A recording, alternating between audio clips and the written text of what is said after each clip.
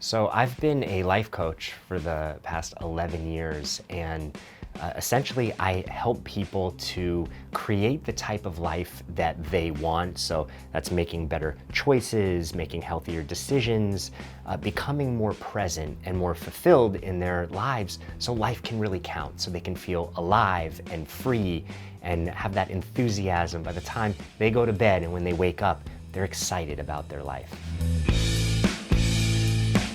People tend to beat themselves up all the time. There's this critical voice that lives in their head, this self-talk, and especially now with social media, it becomes too easy.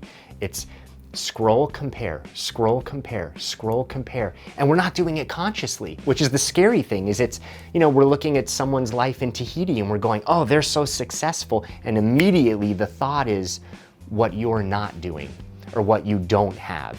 It's not looking at the similarities going, oh, they're going through that just like me, or oh, I wonder how they feel at night when they're going to bed. And that sets up this dynamic of just feeling worse and worse. So I tell a lot of people this: happiness exists from here to here. Happiness is in your head and the way in which you see things, and happiness is how you feel and the way that you are experiencing circumstance. But focus more on who you are, what you do have, and then find ways to improve upon that. How do you get unstuck? First, it's realizing you are not stuck. There is always a choice. There's always a way to move in a direction. Most people think that they're stuck because they're focused on going one direction and they don't know how to go in that direction. Or they're afraid that if they move in that direction, that won't be the right direction. So it's realizing you're not stuck. You just might need some help to figure out what direction to go in.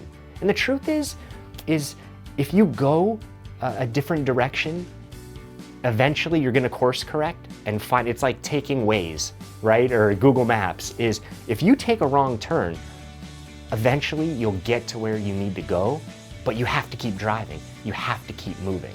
So I always tell people this: get some support, talk about it, ask questions to yourself. And if you don't know the questions to ask, get someone who can ask you the right questions, because questions are so powerful. Anytime someone asks you a question and you give an answer, you're actually doing something new. You're changing something in your brain from going, I'm stuck, I don't know, to, well, here's what I do know. Here's the information that I do have. And if you put all those things together, you will get unstuck and move in a direction.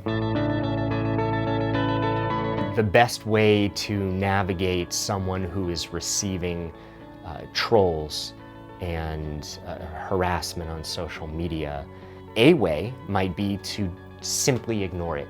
And it's kind of like a fire. Is you can fan the flames by writing back and then get people into a dialogue, and then other people jump in, and something negative all of a sudden expands and becomes more negative and becomes more negative and becomes bigger, and all of a sudden there's a blaze of a fire. Versus if you don't add any oxygen, at some point the fire just dies out. My grand vision, my purpose is to inspire people and to motivate people to really look at life from a different perspective, to make better choices. And I think that, it's hard to change the world, but we can change ourselves. And the more that we change ourselves and the people around us, the farther that impact spreads. You can find me at my website, randyspelling.com. I kept it really simple. And also on Instagram. I have a lot of fun on Instagram. It's Randy Spelling, and Facebook is Randy Spelling Coaching.